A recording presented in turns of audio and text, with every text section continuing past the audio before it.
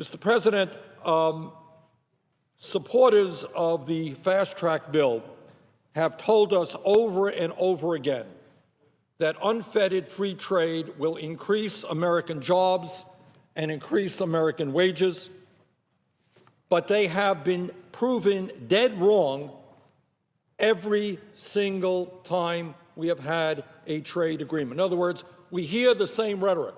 Vote for NAFTA, vote for CAFTA, vote for the free trade agreement with China. It's going to increase jobs in America, improve life for the middle class, and yet every single time the rhetoric around these past trade agreements has been proven to be dead wrong.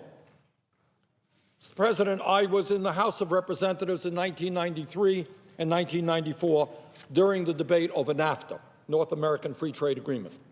And I remember all of those people who supported that agreement telling us how NAFTA was going to open up the Mexican economy for products made in the United States of America and how it was going to create all kinds of good-paying jobs here in this country.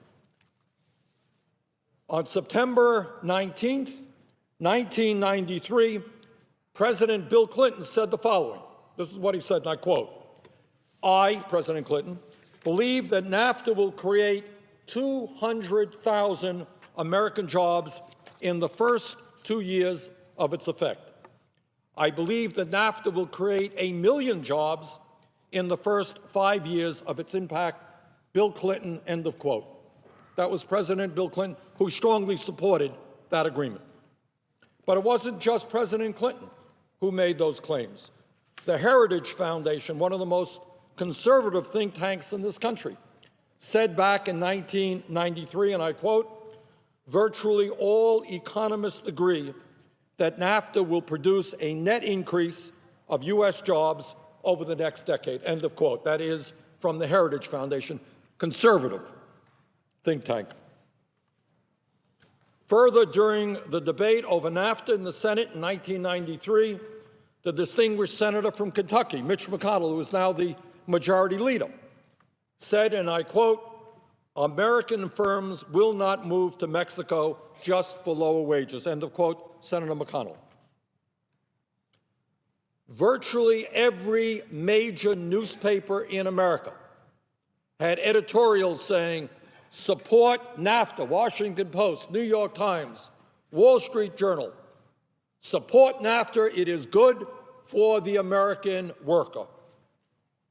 Well, it turns out that NAFTA, which of course was supported by every major corporation in America, supported by Wall Street, supported by all of the big money interests, well, it turns out that all of those projections regarding NAFTA turned out to be dead wrong.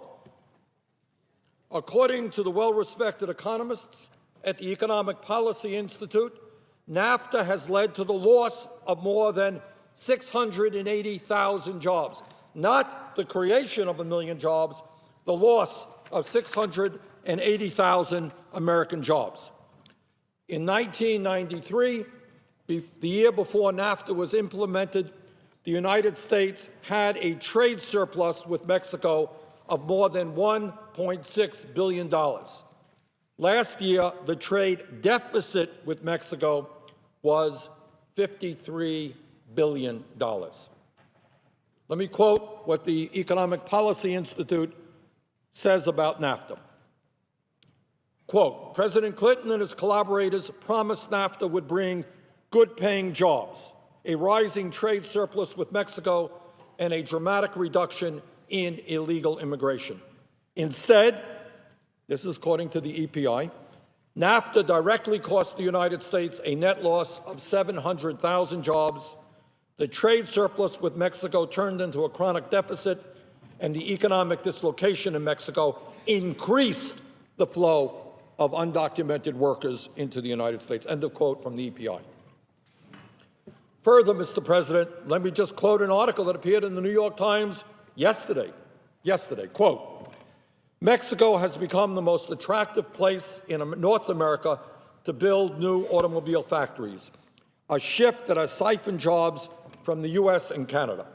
In the past 2 years, 8 automakers have opened or announced new plans or expansions in Mexico. Low labor costs and fewer tariffs are the swing factors, end of quote, New York Times yesterday.